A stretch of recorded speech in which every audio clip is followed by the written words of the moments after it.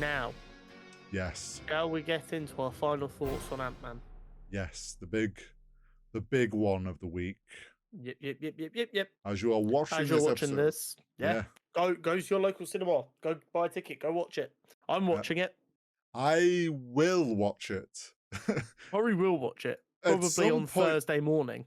At some point between now and the next episode, I will have watched Ant-Man. Yeah. Where in that timeline? Who knows? So I was going to put together a little list, but I can mainly do it from memory, of things you need to make sure you've watched before watching this film. Oh, shit. Okay. Okay, so first and foremost, you're going to want to have seen the 2 Ant-Man films. Obviously. Ideally, yes. You will also need to have watched Avengers Endgame. Yes. Probably Infinity War if you're going to watch Endgame, but you could get away with just Endgame. You need to have watched Loki. Yes. And potentially Multiverse of Madness. Yeah. Other than that, I think you're okay. Yeah, I'd say I would put Loki over Multiverse of Madness. Yes. I'd say Multiverse of Madness out of all of them is the one you're least likely going to need. But I wouldn't be shocked if you do need it. Yeah. It helps understand some things that may crop up in... Yes. Because it examines the multiverse a little bit, obviously. It means if there's anything regurgitated from that, you'll understand it better, probably. Yes. Especially with Kang being such a multiversal threat. Yeah, I would agree. But I think that's all you need to watch. A lot of them are big projects that people I probably would have assumed would have already watched if they're going to watch Ant-Man. Yeah, I think the only one that people might... Like, your casual Marvel fan usually watches all the films. Yeah, but they might not have seen Loki. Yeah, so if you haven't seen Loki, because you were like, oh, this is some weird, some weird side thing, it actually you're gonna want to watch that. Yeah. But you can probably get away with watching Loki after Ant-Man. Yeah. It might just change your perception of the film afterwards.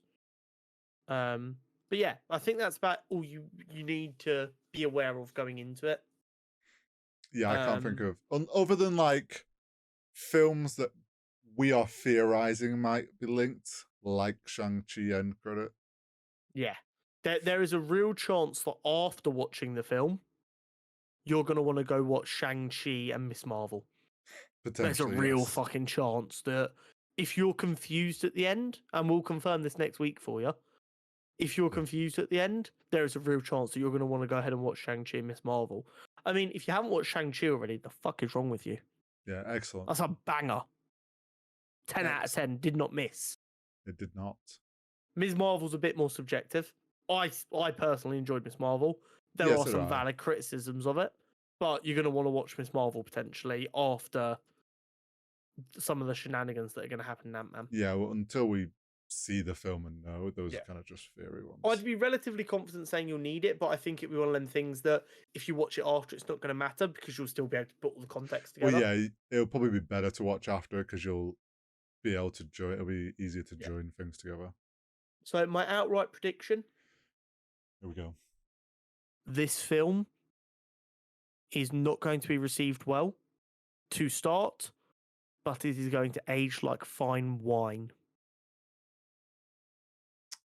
Okay. I've got a feeling that after the next 3, 4, 5 films come out, people go look back at this and go, okay, I see. I get it now. But there is always the chance it does what a lot of MCU films seem to have done recently, which is the first couple of weeks is everyone going, I fucking love this. And then when it comes out on like DVD or on Disney Plus, all of a sudden the attitude flips. I've noticed this. I'm thinking it might be more a case of it's like looking at this from the point of view of if a lot of people are your more casual MCU fans, who are usually the more vocal ones about stuff, haven't seen Loki, so then they're like, "Oh, who the fuck is this Kang guy?" Like, I feel like they might be a bit confused about the whole timelines. Quantumverse is like very lightly been touched on, but we have a bit of more of an understanding Yeah. from Loki. I think they're going to be a bit confused about why has this not been a thing threat sooner, sort of thing. Yeah. But maybe cut, like you say, a slow burn, like after even like a couple weeks or something, once it's been out and people are talking about it, there's this understanding, oh, this all is leading to this. Yeah. I do think it's going to stop the complaints from phase 4 of, oh, it just doesn't feel very connected. It's going to start tying things together. I'm very, very confident that this film ties very tightly into Ms. Marvel post credits and Shang-Chi post credits. I'm also predicting that this film is going to be the thing that lines up with the end of Loki, where everyone's always been like, is this the event of why the Timekeeper suddenly has this reaction? Maybe. I'm of the line of the prediction of like, Kang get set free. And Maybe. that is the moment. And we're going to get a bunch of like lineup of timelines and moments. And like you say, it's going to start tying things together. And people are going to, things are going to start to click into place. Question. Go on. Does Scott Lang survive? See, we've had this discussion a while back. I'm still of the opinion Scott Lang dies. I'm not sure if our Scott Lang dies or if a different one does. So, I've got another hot take for you. Okay. He's going to get the Scarlet Witch treatment from Multiverse of Madness. We're not going to know. They're going to set it up to make it look like he's died, but he's not going to be dead. He's going to be trapped in the quantum realm. See, this is something like we're going with my thing of, is it ours? I think our Scott dies. Okay. But another one, or we don't know if ours has died or a different one's died. And that's the thing they leave. Like, we know a Scott's died, but we never find out which Scott and the other one's left in the quantum. Yeah. So we're kind of Cassie Lang is Stinger in this, which is a legacy character. Look at what has happened to the other heroes for legacy characters to happen. Yep. It's not looking good, bruv. It's really not. And I get what people are saying. They'll say, oh, well, it feels like Ant-Man's not really done that much. Why'd they kill him off? He's been in Civil War, Endgame. He's had 2 of his own films. This will be his 3rd film. Like, that's a decent stint for an actor the size of Paul Rudd. Also, it's a lot of money. Like, people say he hasn't done much, but when you actually think of the storyline things of what Ant-Man's allowed, if it wasn't for Ant-Man, the snap wouldn't have been reversed. So I'm also curious though, do they just go, oh yeah, we are going to let an Ant-Man die, but it's going to be Hank Pym? Because Michael Douglas is also not a cheap actor. True. They need to cut some wages around this gaff. Especially if they're adding new characters to the roster.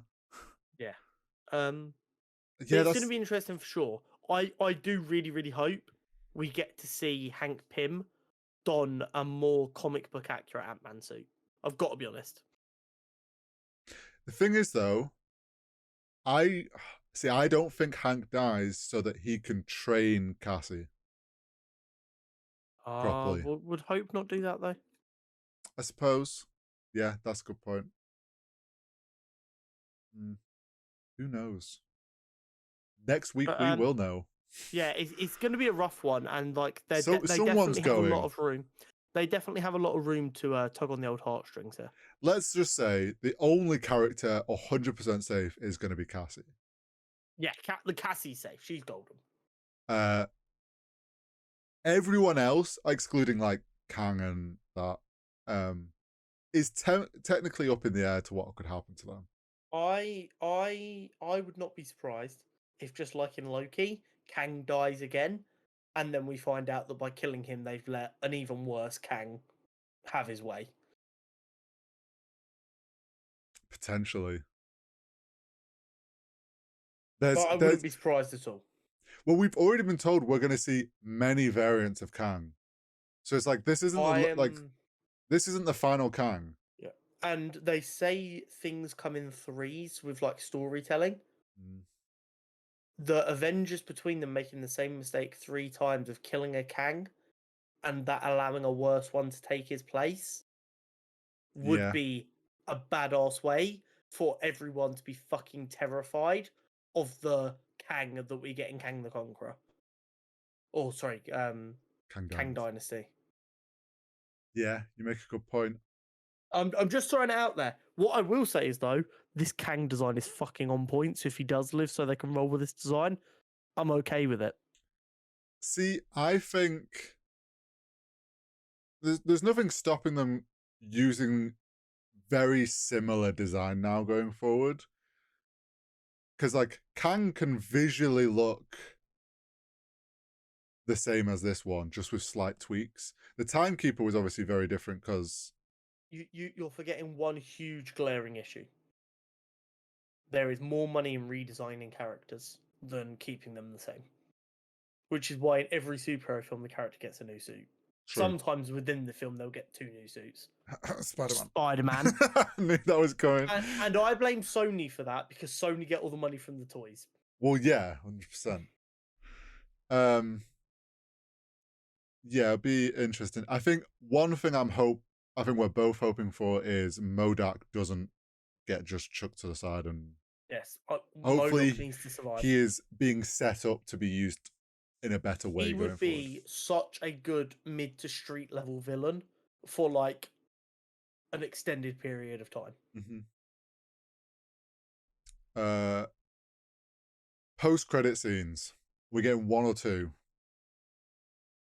3. Oh. I'm going 2. And I'm going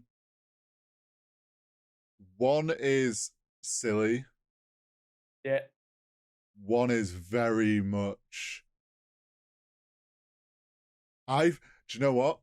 I'm gonna go 1 is silly, somewhat related to it's I know what it's gonna be. Ant-Man's buddy, the Hispanic guy who tells the stories in a crazy way. It's gonna be one of them. It's gonna be him sat at some table telling some crazy story about the quantum realm and like some like funny scene. Second one, it's gonna be some reference to Secret Invasion. Secret Invasion. It's going to be something that adds to this whole thing of people are who they are sort of thing. So 1 is going to be again a funny one, and it's going to be of a big ant doing something funny again, like playing the drums. Oh, yeah, okay, yeah. Then we're going to get one that sets up the Marvels. Ooh. Then we're going to get one that sets up Kang Dynasty. This film, for better or worse, is going to have more post-credit scenes shoved into the end of it because Marvel are sick of people complaining about the lack of connectivity. Potentially. Do they set up the Marvels or do they do some connection to Shang-Chi? Or do you think we're going to get Marvels, because I think Shang-Chi connection will be done in the film? Yeah. Because at the end of Shang-Chi we got the rings and Miss Marvel and Captain Marvel getting a beeper going off. So that's already that link done. We're going to set up that link so that it goes like that. And the Kang Dynasty bit is either going to be at the very end of the film. As they come out the quantum realm, they come back into like a fascist state with Kang banners everywhere. Or it's going to be done as a post-credit scene. Because you've got to remember, time passes differently.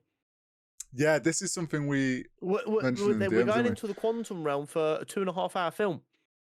What fucking year is it when we're coming out? Well, yeah, this is the whole... Like, there's a lot that... We don't actually know when the start of this film takes place in the grand timeline. No, so we could be jumping back. Sure. We could be jumping back a little bit of time. And then, yeah, like we saw with Endgame, like 5 years passed and he was only in there for a few hours, and he thought, yeah. Yeah. If we're in there for a couple of days, like we could be... we're not going to know where they've come out. Yeah. It's going to end and we're not going to know where they've come out so that they can reveal that later. Exactly. But it'll be very interesting for sure. And as unfair as it is to the film, I'm expecting so much from it. I think it can only disappoint me. There's gonna be something doesn't get answered that we felt needed to be answered. Yeah, 100%. But I'm still looking forward to it. Some of the action scenes that we've seen in the trailer look like they're going to be lit, and I mean, I'm so ready for Jonathan Majors to just steal the show. Yes, I'll be honest. That's one of the things I'm looking for. Jonathan Majors is a phenomenal actor. We saw it in Loki. We're going to see it again in Ant-Man and the Wasp Quantumania. We're going to see it again in a couple of months in Creed 3. This man is about to take over the world. And you know what? I'm so ready for all of the horny tweets on Twitter from people like, hey, yo, Kang can conquer me, baby. I'm ready for it. Because he's an attractive man and he's a good actor. And do you know what's going to happen? You know those TikTok first traps? Oh, they're already there, Jorge. They're already there. You're just not on that part of TikTok. But once the film's out and they've got more scenes to work with, then we just need him referencing them in an SNL show like Pedro Pascal did.